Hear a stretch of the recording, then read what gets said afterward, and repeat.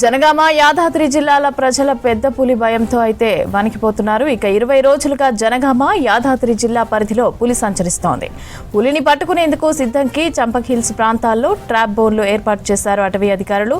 ఇక బచ్చన్నపేట మండలంలోని గ్రామాల్లో దండోరా వేసి ప్రజలను అప్రమత్తం చేస్తున్నారు.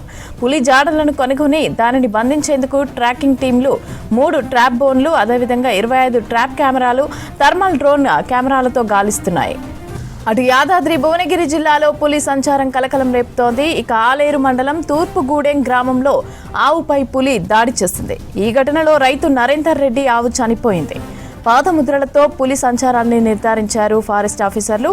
ఇక పశువులపై పులి దాడితో భయాందోళనకు గురవుతున్నారు రైతులు, స్థానికులు. పులి సంచారంతో ప్రజలను అప్రమత్తం చేశారు ఫారెస్ట్ అధికారులు. జనగామ యాదాద్రి జిల్లాల ప్రజల పెద్ద పులి భయంతో వణికిపోతున్నారు. 20 రోజులుగా జనగామ యాదాద్రి జిల్లా పరిధిలో పులి సంచరిస్తోంది. పులిని పట్టుకునేందుకు సిద్ధంకి చంపక్ హిల్స్ ప్రాంతాల్లో ట్రాప్ బోన్లు ఏర్పాటు చేశారు అటవీ అధికారులు. ఇక బచ్చన్నపేట మండలంలోని గ్రామాల్లో దండోరా వేసి ప్రజలను అప్రమత్తం చేస్తున్నారు. పులి జాడలను కనుగొని దానిని బంధించేందుకు ట్రాకింగ్ టీంలు 3 ట్రాప్ బోన్లు, 25 ట్రాప్ కెమెరాలు, థర్మల్ డ్రోన్ కెమెరాలతో గాలిస్తున్నాయి. అటు యాదాద్రి భువనగిరి జిల్లాలో పులి సంచారం కలకలం రేపుతోంది. ఆలేరు మండలం తూర్పుగూడెం గ్రామంలో ఆవుపై పులి దాడి చేసింది. ఈ ఘటనలో రైతు నరేందర్ రెడ్డి ఆవు చనిపోయింది. పాదముద్రలతో పులి సంచారాన్ని నిర్ధారించారు ఫారెస్ట్ ఆఫీసర్లు. పశువులపై పులి దాడితో భయాందోళనకు గురవుతున్నారు రైతులు, స్థానికులు.